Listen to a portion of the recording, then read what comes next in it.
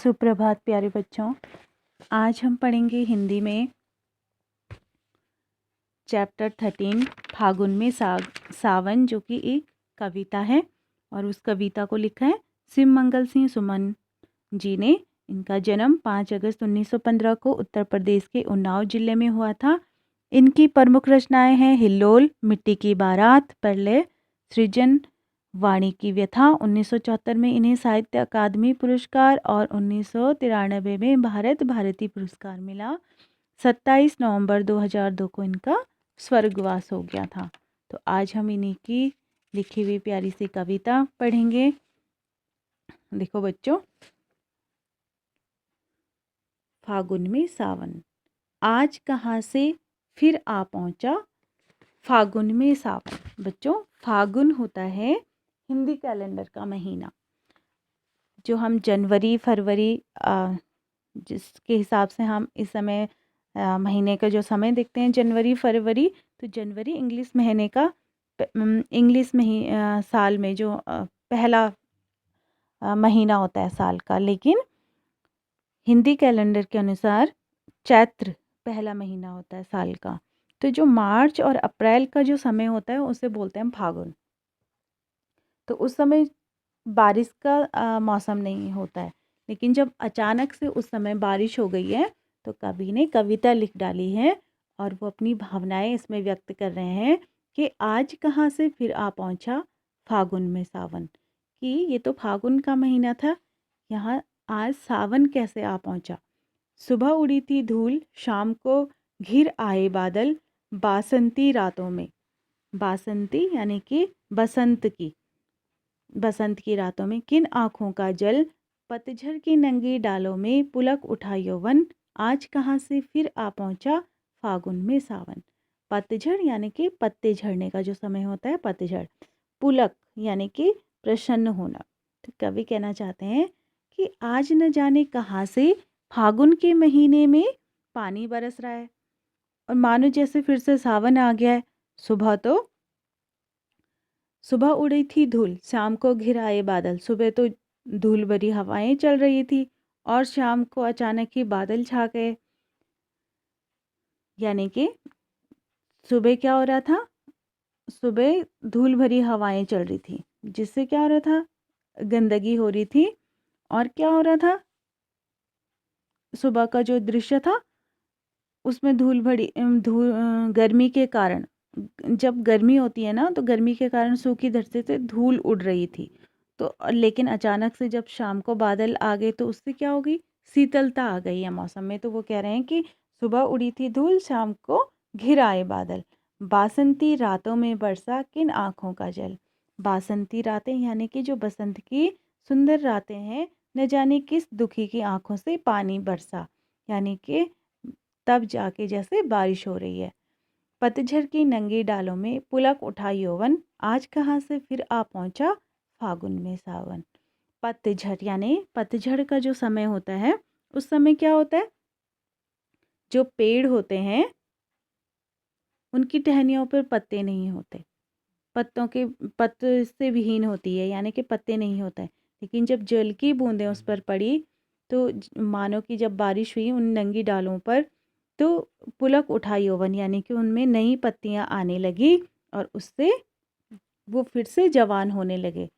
ठीक है, पुलक उठा यौवन यानी कि खुश हो गया, यौवन यानी कि जवानी, फिर से उन पे सुंदर पत्तियां आने लगी, फिर से वृक्षों पर यौवन आ गया, यानी कि जो अच्छी नहीं लग रही थी खाली नंगी टहनियाँ, उन पे फिर से यौवन आ गया। आज कहाँ से फिर आ पहुँचा फागुन में सावन, आज अचानक से कहाँ से फागुन के महीने में सावन आ गया। सौंधी सौंधी मिट्टी महकी, सौंधी सौंधी मिट्टी महकी, गमक उठा उपवन, बिजली कौंधी आसमान में, धरती में सिहरन, होली में कजली गाने को फिर ललचाया मन, आज कहाँ से फिर आ पहुँचा फागुन में सावन। सौंधी सौंधी, सौंधी सौंधी होता है बच्चों जब बारिश होती है ना, अचानक से गर्मी रहती है, धूप के कारण मिट्टी तपी हुई होती है, लेकिन जब अचानक से बारिश होती है तो उस मिट्टी में जब पानी की बारिश की बूंदें गिरती है ना, तो हल्की हल्की भीनी भीनी सी खुशबू आती है चारों तरफ वातावरण में, मिट्टी की सौंधी सौंधी खुशबू। तो सौंधी सौंधी यानी कि हल्की भीनी भीनी सी, हल्की हल्की भीनी भीनी सी खुशबू आने लगती है। तो उससे क्या हो गया, जब बारिश हुई और सौंधी सौंधी मिट्टी महक रही है, गमक उठावपन यानी कि बाग बगीचे जो हैं वो उस मिट्टी की सौंधी खुशबू से महक गए हैं। ठीक है, अब आगे, बिजली कौंधी आसमान में, धरती में सिहरन। बिजली जोर से कौंध रही है यानी कि कड़क रही है, चमक रही है। कौंधना, चमकना, चमक बिजली की। तो बिजली जोर से जब आसमान में चमक रही है, धरती में सिहरन, धरती में हल्की सी कंपन हो रही है। होली में कजली गाने को फिर ललचाया मन, आज कहाँ से फिर आ पहुँचा फागुन में सावन। देखो बच्चों, होली में क्या गाते हैं, फागुन के महीने में फाग गाते हैं, यानी कि होली के समय में गाने वाले जो गीत होते हैं। लेकिन जो कजली होता है, कजली गाया जाता है जब बरसात के समय में, सावन के महीने में कजली गाया जाता है। लेकिन कवि कह रहे हैं कि जो जिस समय हमें फाग के गाने गाने चाहिए, उस समय हमारा कजली गाने का मन हो रहा है। आज कहाँ से फिर आ पहुँचा फागुन में सावन, आज अचानक से कैसे फागुन के महीने में सावन आ गया है। आगे, हरियाली का स्वप्न थिरकने लगा पुतलियों में, अलियों का उन्माद की सोखी आई कलियों में। तपन बिना क्या मूल्य तुम्हारा, जीवन धन रस धन, आज कहाँ से फिर आ पहुँचा फागुन में सावन। बच्चों, हरियाली का स्वप्न थिरकने लगा पुतलियों में, जब बारिश हुई तो चारों तरफ क्या हो गया, हरियाली छा गई। इसलिए आँखों में हरियाली का स्वप्न नाचने लगा, यानी कि अचानक से बारिश हुई, चारों तरफ हरियाली छा गई, तो उससे ऐसे लग रहा है कि आँखों में जैसे हरियाली के सपने आ रहे हैं। थिरकने लगा पुतलियों में, पुतलियाँ यानी आँखों की जो पुतलियाँ होती हैं, कि हमें चारों तरफ क्या लग रहा है, हरियाली हरियाली छा गई। ऐसे लग रहा है कि हमारी आँखों में हरियाली के स्वप्न आ गए हैं, यानी सपने आ गए हैं। अलियों का उन्माद, अलियाँ होते हैं, अली कहते हैं भंवरे को, का उन्माद यानी कि पागलपन। अब क्या हो गया, जब चारों तरफ हरियाली छा गई है तो जो भंवरा है वो खुश हो गया है। उन्माद यानी कि खुश होकर, पागलपन, पागल हो गया खुशी के मारे, इधर उधर चीज़ों पर, फूलों पर मंडरा रहा है कि सोखी आई कलियों में। और जैसे उस जो जब वो इधर उधर मंडरा रहा है, तो जैसे उसकी सोखी यानी कि चंचलता आई कलियों में, उसकी चंचलता कलियों में आ गई है। बिना बिना क्या मूल्य तुम्हारा, तपन, तपन होता है गर्मी, उष्णता, साधना या गर्मी जिसे आप कहते हैं। बिना क्या मूल्य तुम्हारा, जीवन धन रस धन। बच्चों, जीवन धन, जीवन धन का मतलब यहाँ पे है कि जो बादल जीवन रूपी धन है। क्यों? क्योंकि चारों ओर जब वर्षा होती है तो तब क्या होता है, जब बारिश होगी तभी पूरी प्रकृति को, हम सब लोगों को जीवन मिलता है। क्यों? बारिश, अगर बारिश नहीं होगी तो सूखा पड़ जाएगा, पूरी प्रकृति, पूरे जीव जंतु सब समाप्त हो जाएंगे। तो इसलिए बादल को जीवन धन कहा जा रहा है यहाँ पे कि बादल तुम जीवन रूपी धन हो। चारों तरफ जब तुम्हारी वजह से वर्षा होती है तो धरती हरी भरी होकर समृद्ध हो जाती है, सुंदर हो जाती है। तो जीवन धन बादल को कहा गया है। रस धन, रस धन यानी कि बादल, यानी कि जब बादल अर्थात जीवन के आनंद से भरे होते हैं। क्यों? क्योंकि जब बादल बरसते हैं, चारों तरफ हरियाली आती है, सब तरफ खुशी छा जाती है, तो वो रस धन भी, रस धन बादल को ही कहा गया है। लेकिन जीवन धन रस धन, तपन बिना क्या तुम्हारा मूल्य, लेकिन तपन के बिना भी, यानी तपस्या के बिना भी तुम्हारा, या तो तपन यहाँ पे उष्णता के लिए भी कह सकते हैं, या फिर तपस्या के लिए भी कह सकते हैं कि उसके बिना तुम्हारा मूल्य नहीं है। क्योंकि तुम तभी तो बनते हो जब क्या होता है, धरती तपती है और तब जाकर तुम बादल बनते हो। ठीक है, उसके बिना यानी कि तपस्या के बिना तुम्हारा कोई मूल्य नहीं है। जब धरती तपती है तभी वो धरती के तपने से तुम बादल बनते हो, और तब जाके तुम क्या करते हो, तब तुम धरती पर बरसते हो।